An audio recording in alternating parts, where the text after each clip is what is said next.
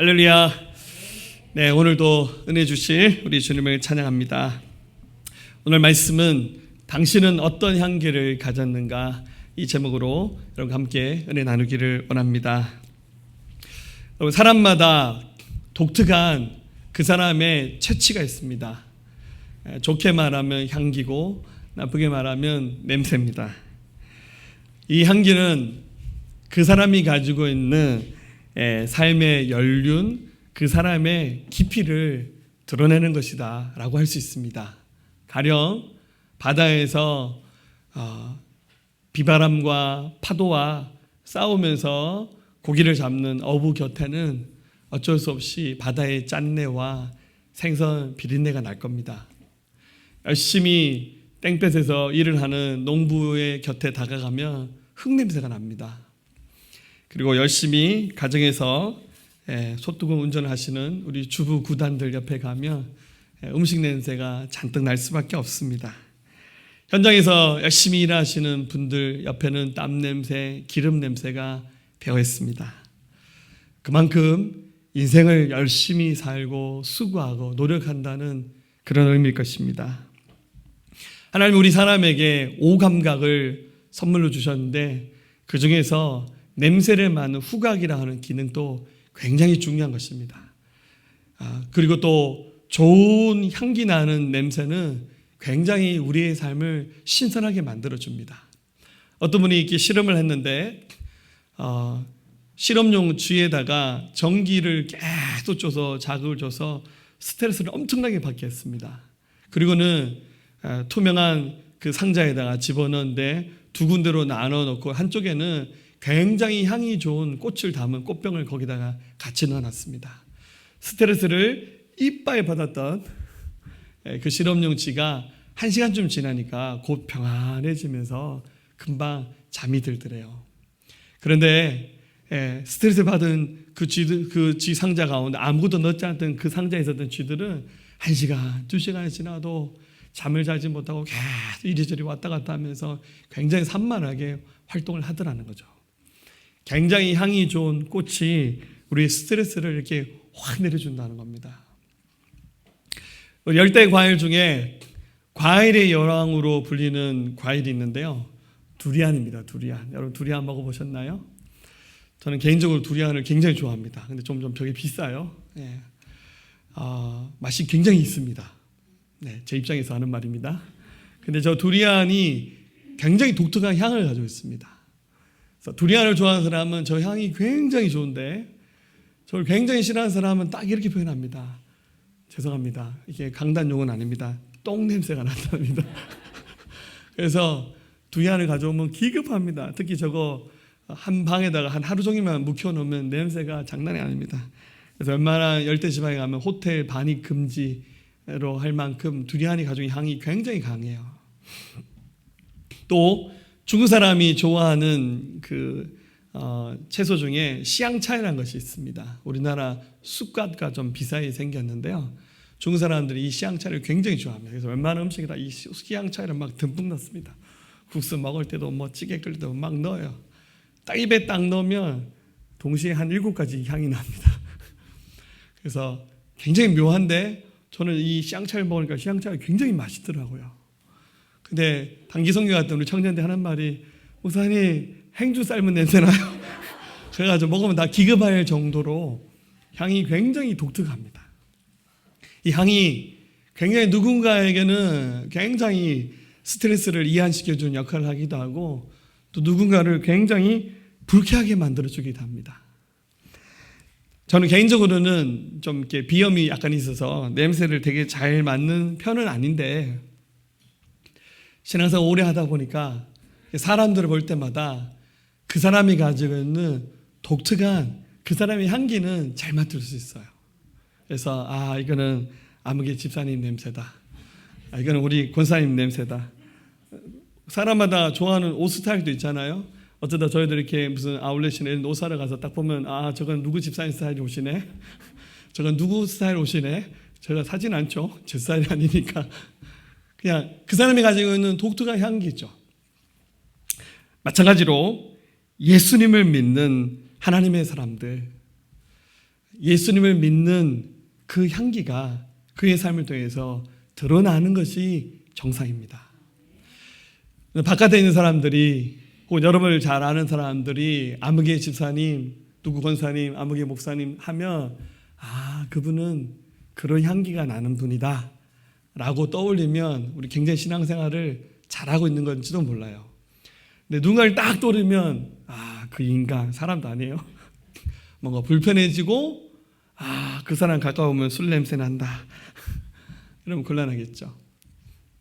예수를 믿는 하나님의 사람으로서 여러분들은 어떤 향기를 드러내고 있습니까? 여러분들은 어떤 향기를 가졌습니까? 특히 오늘 이 말씀의 주인공은 사도 바울입니다. 바울은 아주 특별한 향기를 가졌다라고 스스로 이렇게 신앙 고백하고 있습니다. 오늘 바울이 가졌던 그가 자랑하고 있는 향기 얘기를 통해서 여러분들의 예수님을 믿는 하나님의 사람으로서의 그 됨됨이 정체성을 높여가시는 여러분 되시기를 주의 이름으로 부탁드립니다. 첫 번째는 바울은 복음이 가진 열정의 향기를 가지고 있었습니다. 바울이 예수님을 만났어요. 예수님을 만나고 난 다음에 그의 중심에 예수님을 통해서 얻는 구원, 생명, 이것이 굉장히 그의 가슴에 깊이 각인이 됐습니다. 왜냐하면 바울이 예수님을 믿기 전의 삶은 굉장히 극적인 삶을 살았어요. 평상시에 이렇게 남다르지 않게 둥글둥글한 삶을 살았던 것이 아니라 굉장히 극렬하게 예수님 믿는 삶을 싫어했습니다.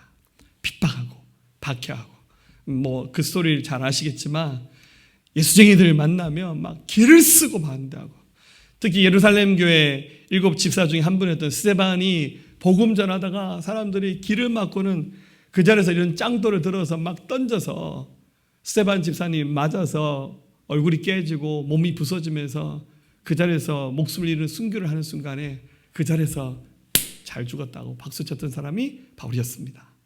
심지어 이웃나라 시리아의 수도였던 다마스커스에 있는 예수쟁이들 잡으려고 막 시키지도 않았는데 이웃나라까지 가서 핍박을 했던 사람이 바울이었습니다. 그런데 그 다메섹으로 가는 도중에 강렬한 섬광이 비추면서 순식간에 눈이 멀어지면서 말에서 떨어졌어요. 음성이 들립니다. 그게 원래 이름이 사울인데, 사울아, 사울아, 어찌하여 나를 핍박하느냐? 누구신데요? 지금 네가 핍박하고 있는 예수다. 굉장히 충격을 받았어요. 자기는 예수님이 이단인 줄 알았어요. 그런데 그 예수쟁이들 막 핍박하는 것이 하나님께 잘하는 일이라고 착각했는데 그분이 나타나서 왜 나를 박해하냐고 물으실 때 자기 인생 전체가 뒤틀어졌고 잘못 살았고 잘못 믿은 거죠. 그래서 그가 회개해서 예수님께 돌아왔고, 그리고 남아있는 인생을 선교사로 한 30여 년 가까이 되는 세월을 그 지역의 모든 이웃나라를 돌아다니며 선교사로 자기 삶을 들였습니다. 모든 것이 은혜이고 모든 것이 사랑이었습니다. 다른 것으로 표현할 수가 없죠. 그래서 바울은 그의 마음에 복음을 증거하는 일에 대한 남다른 열정이 그의 가슴에 숨어 있었어요.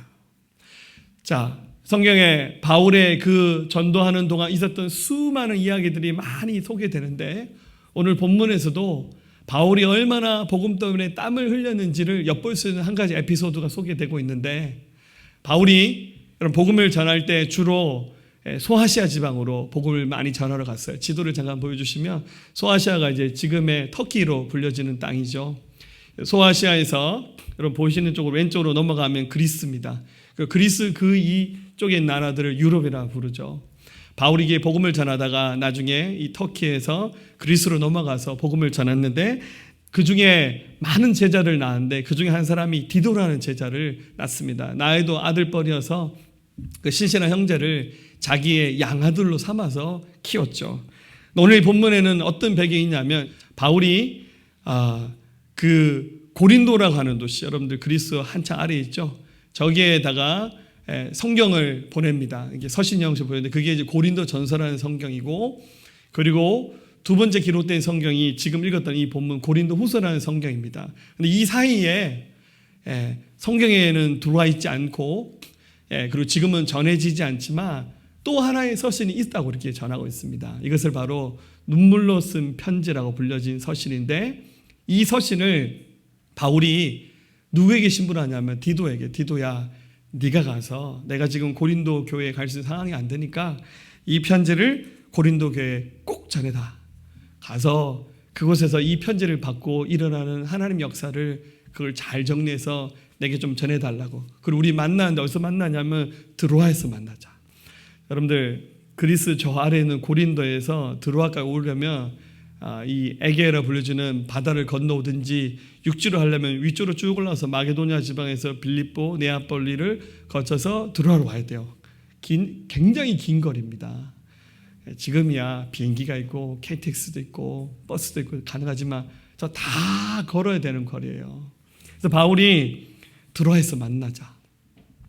근데 이제 바울이 약속 장소, 약속 시간에 대해서 드로아에 갔습니다. 여러분 드로아는 이제 우리가 아는 지명을 말하면 트로이를 말하는 겁니다. 트로이에서 만나자 했는데 디도가 안 오는 거예요. 아무리 기다려도. 자, 본문 12절 말씀 다시 보면 내가 그리스도의 복음을 위하여 드로아의 이름에 주 안에서 문이 내게 열렸으되 내가 내 형제 디도를 만나지 못함으로 내 심령이 편하지 못하여 그들을 작별하고 마게도냐로 갔노라. 여기서 이제 디도를 만나야 되는데 디도가 안 오는 거예요. 전화도 없죠. 어딘 줄 알아요? 편지를 쓰죠. 죽었을 수도 있잖아요. 이 동네가 호의적으로 어서 오세요 이런 동네가 아니에요. 고린도 교회를 너무 그 소식 애타게 기다리는데 디도는 오지도 않고 연락할 방법도 없고 바울이 너무나도 마음이 조급했습니다. 2010년도쯤에 저희 교단 지방에서 목사님들과 함께 저 터키 그리스로 제가 성지순례를 간 적이 있거든요. 이제 10년이 넘었는데 많이 울려먹죠? 할렐루야. 네, 터키 그리스로 순례를 갔다 왔는 기억을 떠올리면 제일 생각나는 게 뭐냐면 하루 종일 버스 탄 겁니다. 터키가 생각보다 꽤 큰 나라더라고요. 하루 종일 버스 타고 여기저기 다녀서 내려서 한 30분 설명 듣고 사진 찍고 출발 그럼 가는 거예요. 그게 성지순례입니다. 여러분들 가서 뭐 굉장히 렉스하는 일정이 아니에요. 아침에 5시 일어나서 6시 밥 먹고 7시 출발 거의 이런 일정입니다. 가면 코피 터집니다. 터키를 순례할 때 굉장히 힘들더라고요. 그래서 이제 나중에 숙소에 들어가면 저는 가방을 안 풀었어요. 가방 못 푼다. 그냥 자자. 이빨만 닦고 씻고 그냥 자야지. 굉장히 빡빡하더라고요. 저도 돌아다녀 보니까. 저는 버스 타고 다니고, 제가 운전하는 것도 아니고 뭐 식사 시간 되면 밥 다 주고 그런데도 힘들더라고요. 여러분들 2000년 전에 바울 일행 여기 소개된 디도가 잘 걸어 다녔어요. 그리고 뭐 돈다발 들고 다니면서 맨날 어디 호텔에서 잠자고 맛있는 거 먹으면서 성경 한 게 아니에요. 한 끼 제대로 못 먹고 하면서 저 먼 거리를 걸어 다니면서 성경한 겁니다. 저는 이 본문 말씀을 읽으면서 뭐가 느끼냐면 사도 바울과 디도가 흘렸을 땀 냄새가 납니다. 이분들 장난 아니었구나. 진짜 예수님께 땀 흘리면서 다녔겠구나. 뭐 맨날 저녁이 되면 편안하게 어디 가서 샤워하고 이게 아니에요. 갈아입을 옷을 트렁크에다가 그죠? 뭐 갈아입을 옷을 뭐 형형색색 다 넣어가지고 다니는 게 아니에요. 옷 한 벌 겨우 입고 다니면서 제대로 씻지도 못하고 먹지도 못하고 다니면서 복음의 빚진 자로서 이 사명을 감당한 겁니다. 근데 바울은 이런 상황이 있어도 뭐라 말하냐면 아까 12절 말씀을 다시 보면 드로아를 봤을 때 복음의 문이 자기에게 열려졌다 말합니다. 지금 딴 사람 같으면 아야야 힘들다 해야 되는데 바울은 야 여기가 황금어장이구나. 여기 사람들 다 예수님 믿게 해야 되는데 근데 왜 디도는 왜 이렇게 안 오지? 바울이 너무 조급하니까 어떡합니까? 그 기다리던 드로아에서 그 먼 거리를 뛰어넘어서 마게도냐 지방에 가서 거기서 기다리는 거예요. 디도 너무 보고 싶고 디도가 가져올 그 복음의 소식을 기다리는 거예요. 그래서 그를 만나기를 사모했던 겁니다. 이러니까 여러분들 선교사로서 남다른 역사를 썼고 많은 영혼들을 섬길 수 있었고 복음의 역사를 쓸 수 있었어요. 그럼 땀 흘린다는 말, 수고한다는 말은 굉장한 열정을 가지고 사역한다는 의미 아니겠어요? 이번 주간에 저희 교단 침례신문 이제 매주마다 오는데 제가 대신 읽고 버립니다. 이번 주에 광고가 났더라고요. 저희 교단 해외 선교부 이름이 FMB인데 FMB에서 공고가 났어요. 뭐냐면 우리 교단 선교사님들 은퇴 나이를 연장한다는 거예요. 70세로 정년 은퇴했으니까 커트라인에 걸린 사람들 딴 생각하지 말고 70세까지 사역하세요. 이런 내용입니다. 무슨 의미인지 아세요? 좀 선교사 좀 더 하고 싶어서 권력을 부리고 싶어서 기득권을 두고 싶어서 선교사님 나이를 5년 연장한다는 말이 아니라 새로운 선교사가 안 오니까 젊은 선교사들 안 들어가니까 65세 원래 우리 선교사님 은퇴인데 5년 더 하고 이왕이면 죽어서 돌아오라 그 뜻이에요. 굉장히 씁쓸한 광고였습니다. 미국의 유명한 기업가 중에 폴 마이어라는 사람이 있는데요. 이분이 대학을 중퇴하고 비즈니스를 했는데 처음에는 엄청나게 실패를 많이 했는데 나중에 성공한 사람들은 뭐가 다를까 한번 유심히 살펴보다 거기서 힌트를 얻어서 굉장한 나중에 기업가가 되거든요. 이분이 말하는 성공한 사람들의 세 가지 공통점은 첫 번째는 열심을 내는 사람이라는 거, 두 번째는 강하고 뚜렷한 목표가 있고 세 번째는 인간관계에 있어서 매우 친절한 사람들이 성공하더라. 꼭 무슨 비즈니스 성공하라는 말이 아니라 여러분들 땀을 흘리면서 열정을 가진 사람, 우리 예수님의 그 복음의 향기가 이렇게 드러나야 되지 않겠어요? 여러분 유명한 음악가 중에 베토벤이 있습니다. 아시죠? 저랑 좀 친합니다. 할렐루야. 여기 가서 이제 사인 받아 드릴게요. 음악가죠. 작곡한 사람입니다.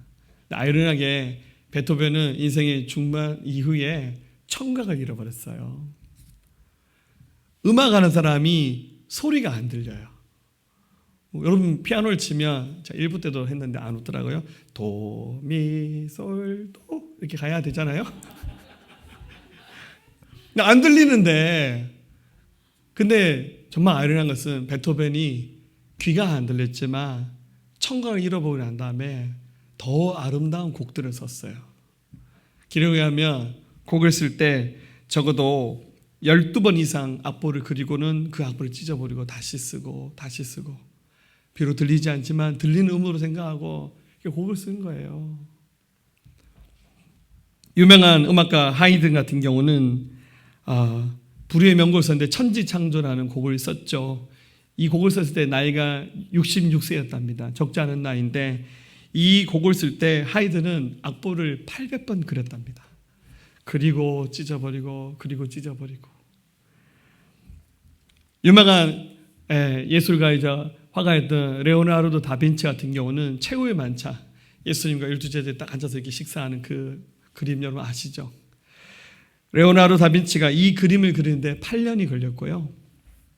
밑그린 스케치만 2000번 했답니다. 그리고 마음에 안 드네 찢어버리고 이런 대작이 한 번에 나온 것이 아니라 땀을 쏟으면서 열정을 가지고 한 것입니다. 열정을 가진 사람의 삶에는 향기가 분명히 납니다. 여러분들 예수 믿는 하나님의 사람들 다른 건 모르겠어요. 여러분들 돈 버는 일에 열심히 또 내세요. 좀 맛있는 거 좀 사주시고 할렐루야. 근데 복음 전하는 일에 열심히 그 땀을 흘려주셔야 돼요. 제가 이번 주간에 사역훈련학교 할 때 잠깐 얘기했지만 우리 친한 어떤 목사님하고 두 분이랑 저랑 셋이서 같이 차 마시고 잠깐 교제했는데 어떻게 하다 보니까 대화의 주제가 전도였어요.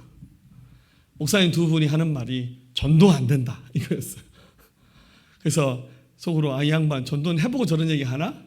저보다 좀 연배가 높으신데 목사님 얘기 들으니까 자기가 개척교회를 하면서 3년 동안 거의 하루도 빠지 않고 가방 하나 짊어지고는 물병 들고는 전도지 들고 포항시내를 다 돌아다니면서 전도지를 뿌렸대요. 근데 3년 동안 한 명도 전도를 못 하셨대요. 그래서 하는 말이 전도 안 된다고. 옆에 있는 목사님 좀 가만히 있으면 되는데 맞다고 안 된다고. 저 입장에서는 그래요 맞아 이렇게 박수치면 결론이 이상하잖아요. 들으면서 마음이 좀 짠했어요. 목사님이 좀 힘들어 보이기도 하고 좀 안 됐다는 마음이 들기도 하고 또 화가 나기도 해요. 왜 안 된다고 말하지? 물론 여러분, 그냥 전도하는 거 굉장히 어려운 시대에 살고 있습니다. 그러나 전도가 되었기 때문에 예수님 한 분으로 시작해서 12제자가 예수 믿었고 12제자가 전 세계 곳곳에 흩어져서 교회 세웠고 그들이 또 제자 낳고 하다가 이 복음이 이 땅에도 들어와서 우리 예수 믿는 거잖아요. 전도가 안 됐으면 우리가 어떻게 예수 믿습니까? 누군가가 열심히 땀 흘려주셨고 수고해 줬기 때문에 나처럼 강팍하고 복음을 잘 안 받아들이고 의심만 하는 사람도 누군가의 섬김 때문에 누군가의 기도 때문에 누군가의 사랑에 그분의 땀 때문에 예수 믿어서 이렇게 하나님의 자녀가 되었잖아요. 여러분, 저도 예수 믿었던 그 과정을 생각해 보면 솔직히 어릴 때 뭐 말씀 들었던 건 잘 생각이 안 나요. 다 모르겠어요. 그런데 적어도 저희를 가르치고 품어주셨던 교회 목회자들, 목사님, 사모님, 또 많은 교회 어른들의 사랑은 기억이 나요. 그분들이 수고해주면서 기도해줬고 땀 흘려주셨어요. 복음이 막 한 번만에 더 깨달아져서 막 되지는 않았던 것 같아요. 저는 그래도 좀 비교적 잘 믿었던 편이었지만 꼭 그런 것만 아니잖아요. 기다려주고 참아주면서 땀을 흘려주는 것. 바로 예수 믿는 사람들이 복음의 열정을 가지고 이런 땀을 흘려야 됩니다. 할렐루야. 갑자기 회개하고 싶죠? 제가 기회를 드릴게요. 할렐루야. 예. 여러분들 VIP들 대여오세요. 복음 증가할 수 있는 기회로 삼으시기를 주의 이름으로 축원합니다. 마태복음 13장 44절 천국은 마치 밭에 감추인 보화와 같으니 사람이 이를 발견하고 숨겨두고 기뻐하며 돌아가서 자기의 소유를 다 팔아 그 밭을 사느니라. 이런 역사가 일어나기를 주의 이름으로 축원합니다. 하나 더, 바울은 자신이 드러내고 있는 향기 얘기를 하면서 이것은 곧 예수 그리스도의 향기다라는 말을 하고 있습니다. 여러분, 우리의 본질은 냄새나는 인간이에요. 네. 멀리서 보면 희극이고 가까이 가서 보면 다 비극이에요. 우리는 우리의 그 본질 자체는 죄인이죠. 그런데 우리가 예수님을 알게 되어서 이 질그릇 같은 우리 안에 보배로우신 주님이 찾아오셔서 그분이 우리 안에 계셔요. 점점 그분이 우리를 강하게 붙잡으시고 우리를 장악해 나가세요. 그럼 우리의 삶을 통해서 뭐가 드러나야 되냐면 바로 예수님, 그분이 드러나는 거예요. 근데 바울은 그것을 예수님의 향기다 이렇게 막 표현을 했습니다. 신앙생활 오래 하면 할수록 그의 삶을 통해서 예수님의 향기가 드러나야 돼요. 여러분, 꽃이 왜 아름답습니까? 네, 여기 아름답죠. 요즘 우리 김영우 사님이 입원하신 바람에 요즘 이태순 지사님이 대신하시는데 굉장히 솜씨 있으신 것 같아요. 예. 꽃이 정말 아름다운 이유는 이 모습도 아름답지만 향이 아름답기 때문에요. 제가 앞자리에서 향 다 훔쳐갈 겁니다. 할렐루야. 그리스도인이 진짜 아름다운 이유는 우리가 미모가 출중하고 말을 잘하고 뭐 세상에서 굉장히 소셜 포지션이 높다 해서 우리가 아름다운 것이 아니라 우리 안에 계신 예수님 때문에 그 그리스도의 삶이 빛나는 것, 이것이 진짜입니다.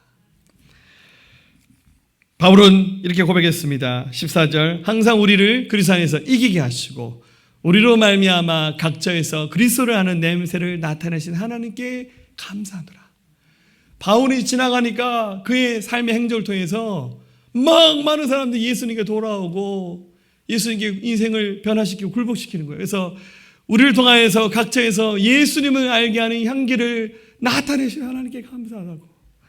그럼 다른 자가 할 게 뭐 있어요? 여러분, 저도 목회하면서 물론 여러분들이 맛있는 사실도 좋지만 최고 기쁠 때는요, 성도들이 은혜 받는 모습을 보면 제일 기뻐요. 사람들이 변화된 모습을 볼 때마다 너무너무 감사해요. 제일 기쁜 날은 설교 죽순 날, 할렐루야, 아시죠? 성도들이 막 은혜 받고 막 자기 전화 오거나 이렇게 막 문자가 와서 목사님, 제가 힘들지만 결단했어요. 이제 제가 술 끊겠습니다. 할렐루야. 한 번만에 되지는 한 10번은 거짓말하고, 할렐루야. 삶의 습관을 바꾸는 거예요. 목사님, 제가 11조 못했는데 이제부터 제가 11조 할게요.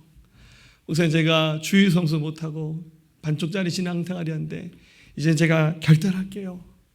이런 얘기 들을 때마다 너무너무 감사하고 고맙고, 하나님 앞에 칭찬받는 일은 이거 하나밖에 없는 것 같아요.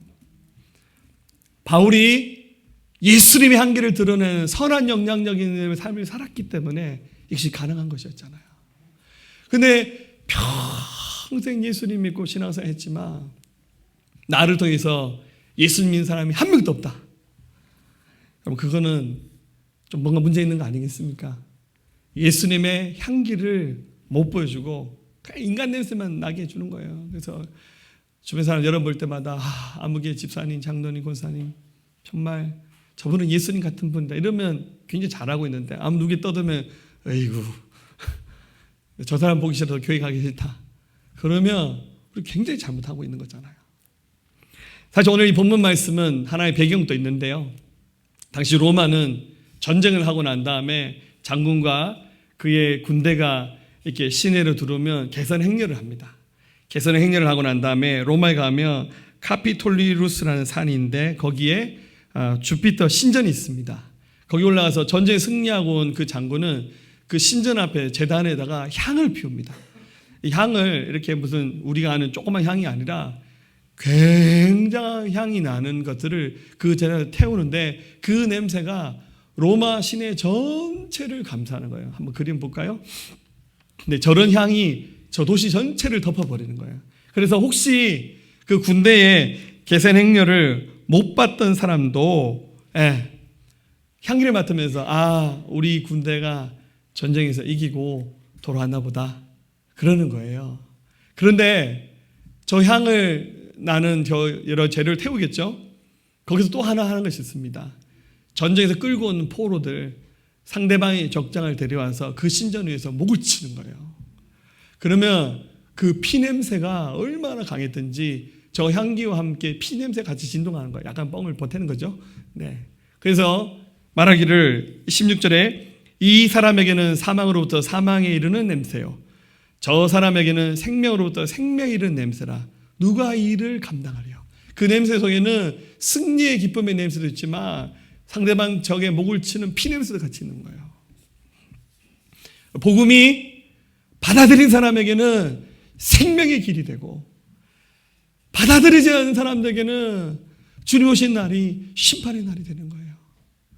우리가 할 수만 있다면 복음의 문이 닫히기 전에 기회가 없어지기 전에 한 사람이라도 한 영혼이라도 더 다가가서 내가 믿는 예수님 소개하고 믿게 만드는 것이 그게 우리 사명입니다. 우리 몸에서 계속 복음의 향기가 드러나야 돼요. 예수님의 향기가 드러나야 돼요. 이건 꼭 말 잘한다 해서 하는 건 아닌 것 같아요. 말 떠듬떠듬 해도 좋아요. 아까 여러분 영상에 나오는 그 친구 외국인이잖아요. 저 친구보다 제가 말 잘해요. 할렐루야. 제가 아무리 말 못해도 저분보다 잘하잖아요. 말 잘하면 뭐합니까?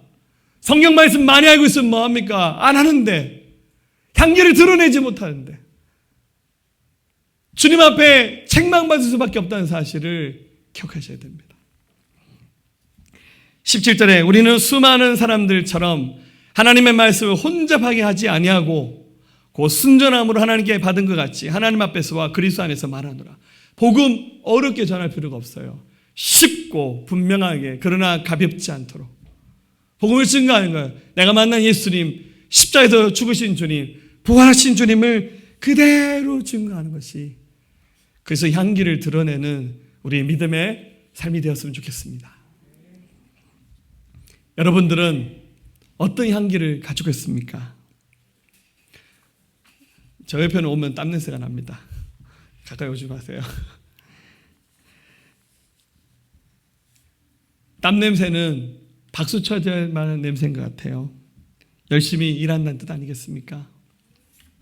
마찬가지로 복음 때문에 예수님 때문에 그가 만들어낸 그 향기는 그 사람의 정체성일 겁니다. 아름답지 않은 땀 냄새라도 좋아요. 그 향기를 드러내면서 예수님 증거하시기 바랍니다. 감성작가 이예수 씨가 이런 말을 썼더라고요. 향기롭지 않은 과일은 벌레도 먹지 않는다. 물론 과일은 벌레가 먹건 사람이 먹건 가을이 되면 향기롭게 익습니다. 하지만 할 수만 있다면 빨리 향기를 드러내야죠. 이것도 하면 땅에 떨어져 사람들에게 천대를 받은데 어떤가요? 자신을 키운 나무 뿌리 한 줌 거름으로 스며들어도 기쁜 일이죠. 예수쟁이의 향기를 드러내십시오. 향기가 없다는 것은 말 그대로 빛 좋은 개살구입니다. 이와 같은 삶이 아니라 그리스도의 삶의 향기를 드러내시면서, 여러분들 수요일 예배든 새벽 예배든 오셔서 좀 땀냄새 풍기면서 기도 좀 합시다. 그리고 눈물 한 바가지 쏟아내면서 같이 기도합시다. 이번 주간만 우리 MTS 훈련 하시는 분들 제가 새벽 예배 나와야 수료 시켜준다 했거든요. 그래서 이번 한 주간 새벽 예배를 줌을 열려고 합니다. 네. 하여튼 기도하다가 땀 한 바가지씩 쏟아보십시오. 그리고 옷이 다 젖도록 전도지 들고 다니면서 전도해보세요. 지난주 화요일 날에 연일시장 전도로 나갔었거든요. 좀 걱정은 됐어요. 왜냐하면 아직까지 방역이 이렇게 나가서 하는 게 좀 자유롭지 않으니까. 그래서 가능하면 5명 이상 서지 말고 전도팀 2팀으로 나눠서 이렇게 구석에서 이렇게 했는데, 근데 갔더니요, 의외로 시장에 사는 사람들이 왜 이렇게 자주 안 나오냐고. 두려워하지 마시고, 주를 위해서 땀 흘려 가시면서 섬기시면서 지난 예수님의 향기 드러내시는 저와 여러분의 삶이 되어줄 수 있기를 주의 이름으로 부탁드립니다. 보소서 주님, 보소서 주님, 나의 마음을 선한 것 하나 없습니다. 그러나 내 모든 것 주께 드립니다. 사랑으로 안으시고 날 새롭게 하소서. 보소서 주님, 보소서 주님, 나의 마음을 선한 것 하나 없습니다. 그러나 내 모든 것 주께 드립니다. 사랑으로 안으시고 날 새롭게 하소서. 주님 마음 내게 주소서. 내 아버지 주님 마음 내게 주소서. 나를 향하신 주님의 뜻이 이루어지도록 주님 마음 내게 주님 마음 내게 주셔서. 자, 우리 손을 들고 고백하겠습니다. 주님 마음 내게 주소서. 내 아버지 주님 마음 내게 주소서. 나를 향하신 주님의 뜻이 이루어지도록 주님 마음 내게 주소서. 내게 사랑을 주소서. 내게 사랑을 가르치소서.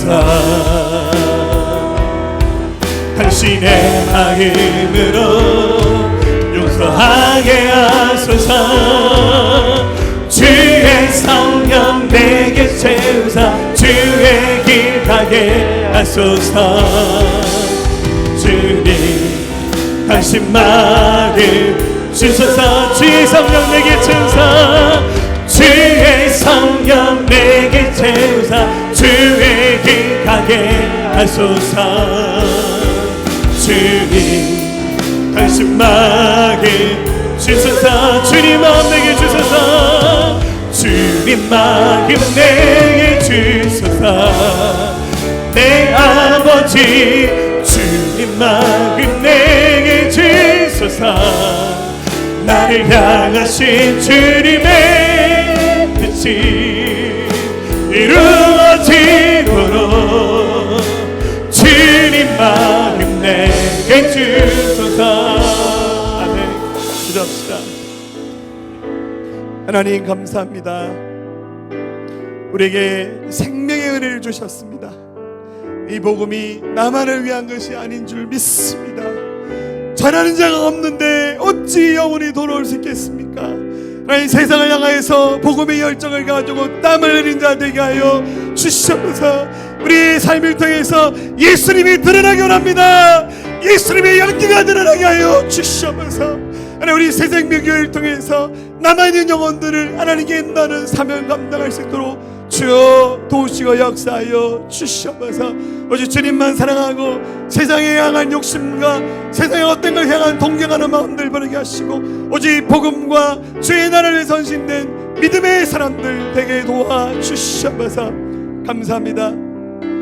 예수님의 존귀하신 이름으로 함께 기도하였습니다. 아멘. 할렐루야.